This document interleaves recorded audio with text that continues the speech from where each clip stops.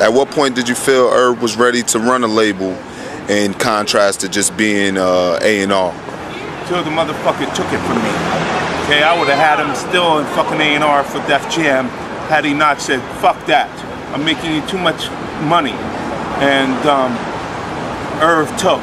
Every great person took what they had. I didn't give him shit. He grabbed it, snatched it, and did it on his own. Because I would have had him still A&R for us, had he not had the nuts to go out on his own and bring it. Because, you know, a lot of these A&R people are comfortable as a motherfucker. You know what I'm saying? I know what you mean. They prefer being, you know, revered A&R people that don't do dick. Irv, you know, brought it and then moved on. I'm happy to have a piece. The people who put it on the board, the A&R people, the creative people, are the ones that are the bosses. Okay? I made that perfectly clear. And so it was fun for me. It was a breath of fresh air. This guy used to stomp through my door and say, we're gonna sell 5 million albums. I looked at him like he was fucking on crack. And then guess what? Sold 5 million albums. And it, you know, after a couple of epiphanies, you know, predicting the future, you start writing and listening and doing what he tells you to do. You see, really, the one thing that Gotti's figured out is that he's the boss. You know what I'm saying? He tells us what to do, we do it. We know what's smart for us. It's simple. Irv decided to go, you know what? I'm going to invent the Irv Swerve. I'm going to go and learn this radio shit. And guess what? He learned the radio shit. I'm going to go and I'm going to know about sales. And he learned about sales. I'm going to start this company and create opportunities and employment opportunities for, you know, a bunch of people that would not be employed right now. Instead of, you know, a series of other record companies that will remain nameless, that are jerking themselves off and jerking their whole crew off and think it's all about diamonds and cars and how many bitches they could fuck. Irv and his crew are all about their money, building a company that withstands cold periods, because we all get cold. But they're building a company, a sophisticated company, a company that could have revenues of several hundreds of millions of dollars. A company that has an incredible executive talent, that know how to sign and develop and nurture acts and grow. And so what's the future hold is, I think the future is bright, because there's an enormous amount of inspiration involved in what Irv is doing and Ja's doing. I mean, come on. He's one of 8 kids. He was last to eat at the table, okay? Last. They had one bathroom. You know what I'm saying? They used to eat in shifts, okay? It's a different thing right now. So, you know, thank God for America. Really rough, particularly on women. But I think it helped change the course of the crack epidemic. I don't know what's this opioid thing, man. Well, being a crackhead wasn't cool back then. Being a crackhead wasn't cool. Now they seem like they're making it cool to be drinking lean and syrup and it's the most dangerous. It's the most dangerous thing that's facing our society. So why sign an artist that would promote that? Because I already answered that question. You weren't paying attention. She asked me talent or issues, and I said talent. But I have to. I can't give up on people. But I'm saying that's hypocritical, though. You're saying it's opportunistic. Yeah. I got people to feed. I got a business to run. You're gonna make Dame Dash take this clip and call you a culture vulture. who's named Dash? You brought him up. I don't even know him. I don't even know him. So you bring his name up. I don't even know him. So y'all made a lot of money together. Made a lot of money. Come on, Lyor. Don't do that to him. I don't know him. I really don't. So, I don't know what to tell you. Listen, old white men is running this rap shit. Corporate force is running this rap shit. Tall Israeli is running this rap shit. We poke out our asses for a chance to cash in. Cocaine is running this rap shit. Joe Yak and E-Pills is running this rap shit. This rap shit. Quasi-homosexuals is running this rap shit. What, yo? We run the world.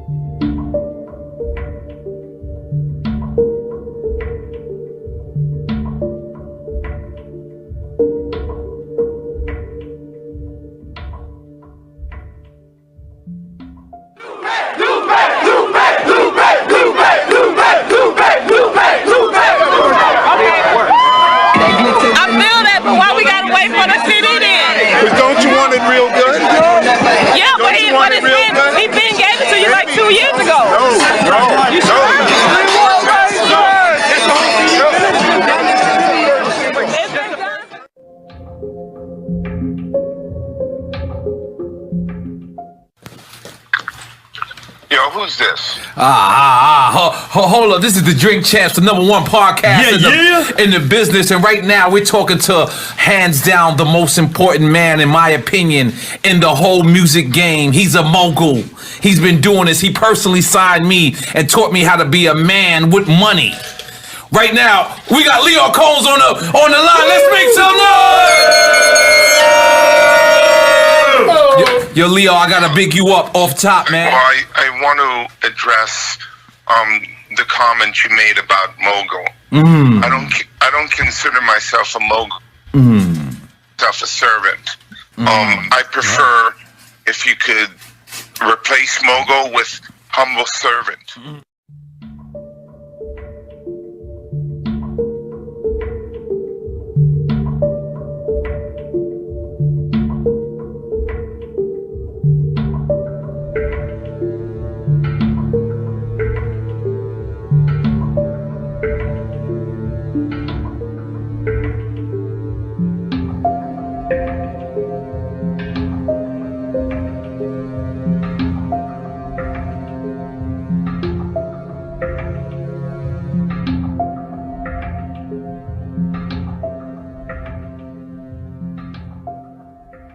My beef was with Lyor because I think he's a fake CEO and I think he's fronting on my culture, but he can't front on anybody else.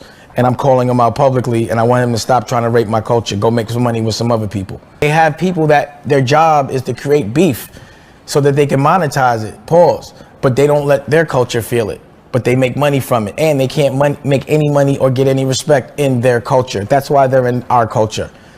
It is what it is. It's a perfect example of what they always do to us. They always try to, offer some paper bag of money or whatever it is, whatever selfish agenda, which is the test, and then have us divide so they can benefit and take the fight off of them and put the focus on them. Never had a beef with Jay, always with Lyor and his whole crew. He's the one that ruined Rockefeller. I think it's fair to continuously make money off our culture, not make money off your own culture, not use any of your money to help our culture, but use the money you make from us to help your own culture, and then not to give the respect to the people that are the DNA of. Call Kevin Lowndes. I don't think I've ever seen a Lyor Cohen interview. Exactly. Of course you don't see. Of course you don't see the puppet master. I don't like who he empowers and the way he empowers them. I didn't like when he hired Todd Moskowitz to run Asylum. I didn't think Todd, as a lawyer, knew anything about music. It just seemed like complete nepotism, and he was using other people's money. He got a job because of nepotism. Ask them why they got their jobs. That's what I want to see. How did Joey get the job president of Urban, and what does that mean? I need to see credentials, and I have to worry about being manipulated by somebody that's smiling, pretending that he's with you, but he's robbing you. Because when they rob you, they don't come as an enemy, they come as a friend. But I've been to these Jewish events, and I have nothing against Jewish, where I've seen him make Jay-Z give speeches. And I've been like, well, I don't understand why that doesn't happen in my culture. You know what I'm saying? Like, I'll tell you right now, stay clear of Lyor. He will rob you. He will ruin you for the money.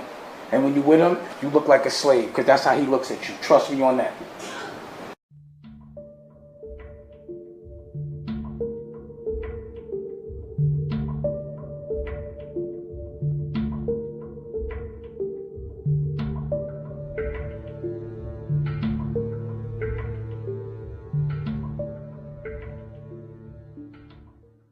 All right, welcome back. This is Hanukkah Radio, and we have a special guest calling in today, a luminary in our business and a proud Lyor Cohen, ladies and gentlemen. Clap it up, ladies and gentlemen.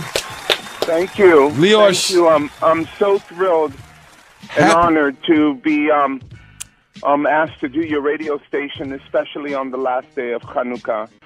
L'chaim. Shalom. We are honored to have you. How could I help you? Well, Lyor, this one of the things we do here is we don't necessarily get too religious and talk about Hanukkah and what it stands for, although, we have gotten into that in the past, but it's more of a celebration of, Judaism and hip-hop, since we are a hip-hop station, and that's what we do, and your roots are definitely in hip-hop. People have always been involved in urban cultural arts, all the way back to the early beginnings of jazz music. It's just something that's always happened. Right. It's a blessing. It's a blessing that I was lucky enough to be part of this industry, and it was a blessing that people treated me inside and out with so much respect.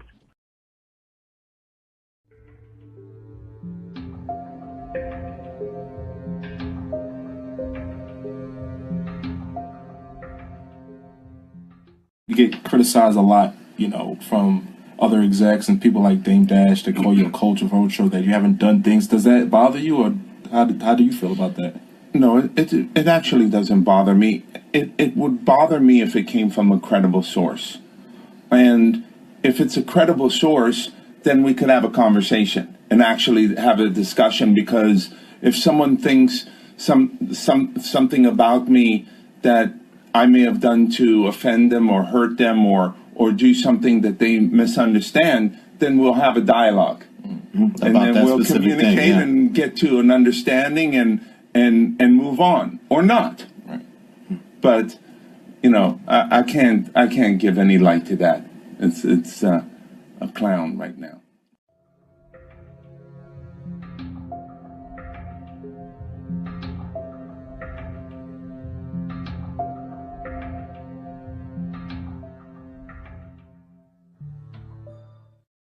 But the way it was going and looking, it looked like Jay was doing everything because they blacklisted Dame. And Dame say he wasn't blacklisted, he's lying. He's blacklisted. You know what I'm saying? I remember one day I seen Lyor Cohen, and I'm like, yo, what up? I'm Cho, you know, I'm the one that shot the congresswoman or whatever with Dame. And nigga Lyor Cohen say to me, you know what? Yeah, and I shut that motherfucker down.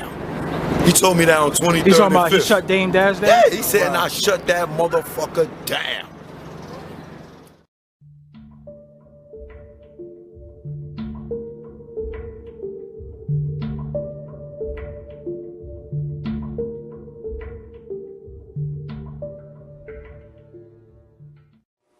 And to make a long story short, just to run down my resume really quickly, I created that show called Spring Bling. Artists like Eve, I helped create that image that we see her for now.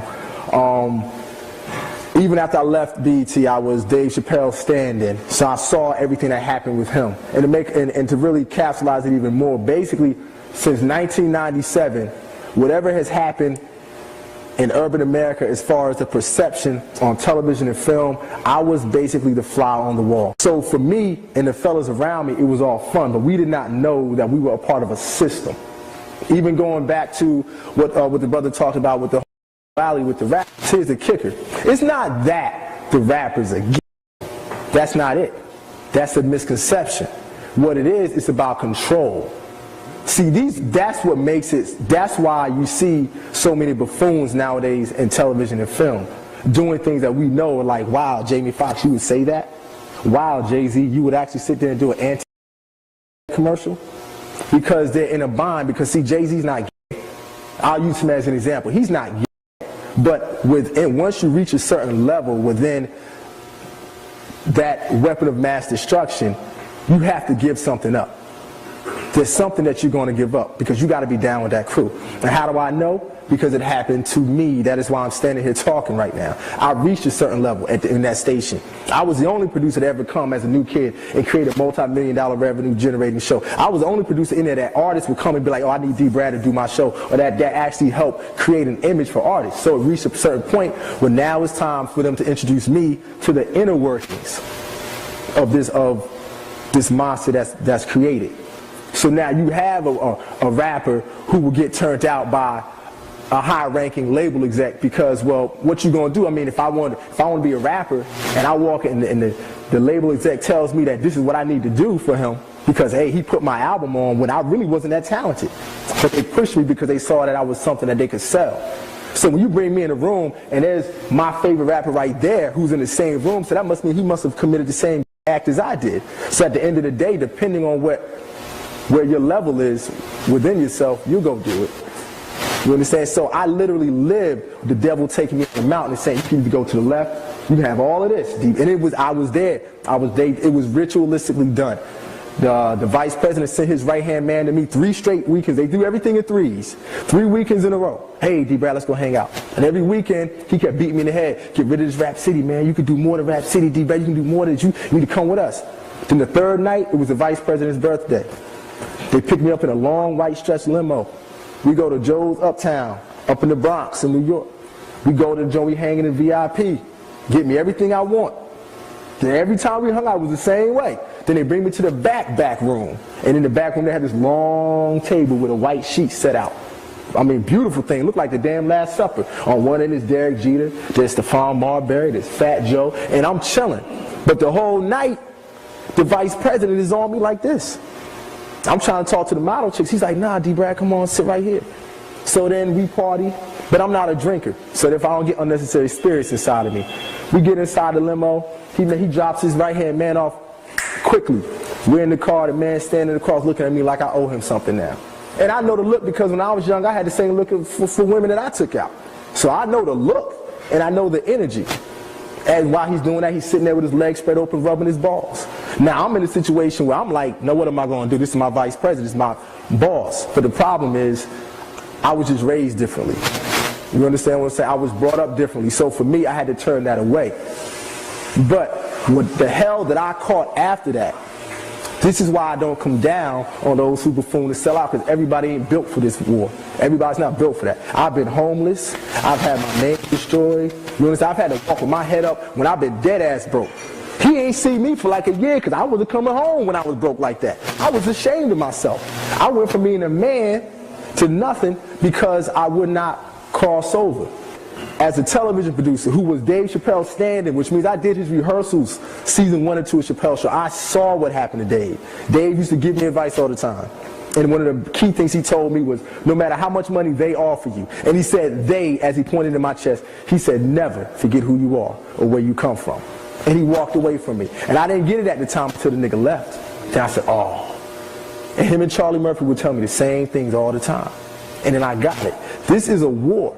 And these cats are sorcerers. And we need to take, and I know the words magic and sorcery takes people to make you think that I'm talking about the Eastwick Chronicles or Harry Potter, but this is real. Because it's affecting our babies. So when they see all these signs visually that say 75% of the new cases in New York are blacks and Latinos, it gives them the impression that everybody black and Latino is AIDS.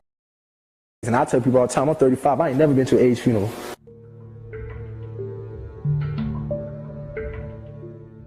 It's to take our minds off the real battle that's going on behind the music industry and say, oh, you know, those guys at top, they making sure that nobody else can't get on. But you can't even blame Jay-Z. Why would you want to even blame that guy? You got to look at or whatever, these guys like in these corporations that are you know, anonymous, you know, to the world, you know.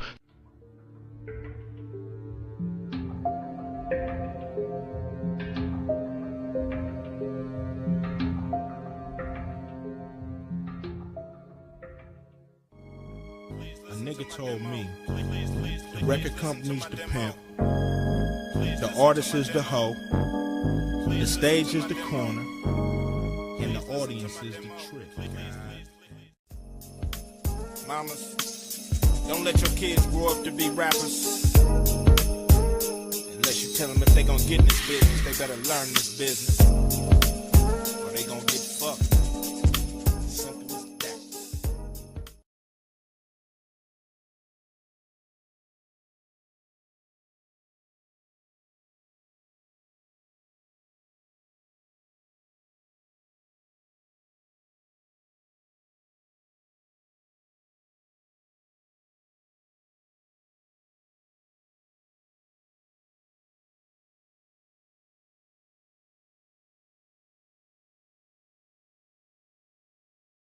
I was there. It was ritualistically done. The vice president sent his right-hand man to me 3 straight weekends. They do everything in 3s. 3 weekends in a row. Hey, D-Brad, let's go hang out. And every weekend, he kept beating me in the head. Get rid of this Rap City, man. You could do more than Rap City, D-Brad. What's up, Sapana? Woo! We're here. Lyor is really in the zone. We are in the middle of Dharavi right now with the YouTube music head, Lyor Cohen. And he's having a great time. I'm having an amazing time. I'm in awe. I remember telling my father and mother that I was moving to New York, where these people, instead of sung, they talked. And my dad said, what? He said, play me a song. I played him a song and he says, that's just noise. But he was very supportive. My mom was very supportive. I moved to New York. And for the first 10 years, I was fighting for rap music and just the whole b-boy culture because I felt like it was an important art form and needed to be heard, seen, and then experienced. It was a liberation. And 38, 39 years later, I'm here, I'm in India, and I'm witnessing something so beautiful, and I just, wow. As someone who's been, you know, working with hip-hop artists for about 30 years, how do you feel coming here to Dharavi, the after school of hip-hop? Where do you place these artists, these emerging artists? I think the moment that they liberate themselves from paying respect to the origins of rap music in New York City and say, you know what, you're going to have to excuse me, New York. We appreciate the fact that rap came from New York, but we're going to make it ours. We're going to own it. We're going to create our own experiences, is the moment that it explodes. With YouTube music coming to India, what is your vision? My vision is that more artists and songwriters make a living making music. And there was so much mayhem back there that we had to move this here. Yeah, there was an enormous amount of mayhem. But only full of love. You know, in the 90s, India really had an independent music scene, pop scene, which kind of disappeared with the advent of the internet. But when YouTube came in, a lot of artists found YouTube as their primary platform to put their music out there. Yay. And right now, how do you see YouTube working for the independent artists at this point? I love the way you said working for, because that's how I feel. I feel like we need to work for artists and songwriters, and we need to support labels and encourage them, not just through reach but also money. Have you followed any of the artists in India, especially any of the new emerging rap artists? I have, and I had no real idea that one day I will be going to India and listening to Indian rap music is really humbling. For me, as a human that has made their living in rap music basically for 38, 39 years, this was most definitely the highlight. The channel with the most subscribers right now on YouTube is T-Series, which is an Indian music label. What do you think about that? I think T-Series is a very, very great company. Smart, effective, and determined. I believe that they have a YouTube-first approach, and obviously it's been paying off. We're working for the Indian music industry and building a healthier and more sustainable business. My last question to you would be, have you watched Gully Boy, which talks about the emergence of rap in the slums in Mumbai? So I didn't see Gully Boy in its totality, but I saw the trailer. Okay. And it was very fascinating to me. Even though I've been working in rap music, and rap music has so much to do with the struggle of everyday life, I have never seen a struggle, in this context. Thank you so much for talking to us, Lyor. Lyor. Thank you. I never thought that it could be. Junior turning pianos on up in here. Can't believe the bond we share between us really made my day. You told me you never go Since I be your inner city poet. And for me, you'd always be here. Now you tell me this. Since I be your inner city poet, man, I'ma let y'all in on this little piece I call Let It Rain. Let it rain, let it rain, let it rain. As the sun shines down up on my window pane, I'm feeling depressed and so much strain. I know it's summer, Lord. Please, let it rain, rain, rain. It's just a little piece that I feel from deep within. No pad, no pen, that ain't no grin. It's just a youngster that done fell deep off in this game. Tryna maintain, hoping to see some rain. Rain. Will I see rain by nightfall? If I live to see tomorrow, will I see it drop or rain at all?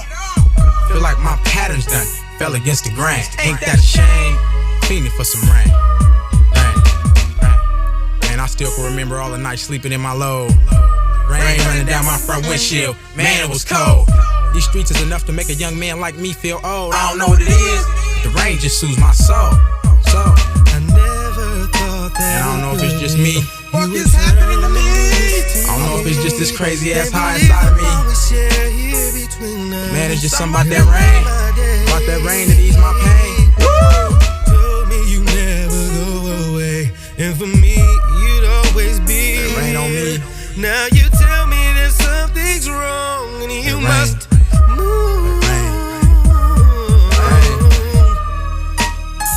What is happening to me?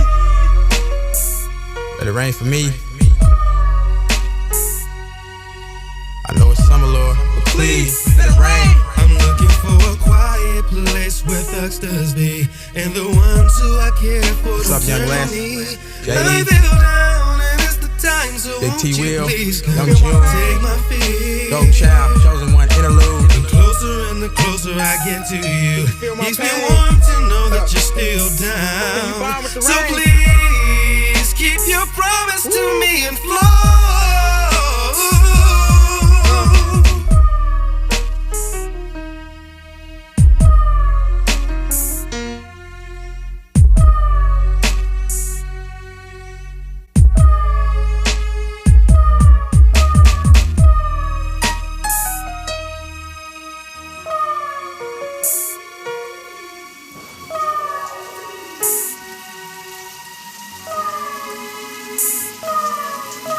Let it rain just for me, 'cause no one cares for me. Let me show you now the way that it would be. If you came pouring down, I can feel the pain we share. And they say it's not there deep inside. I know that it's still here, but I need you.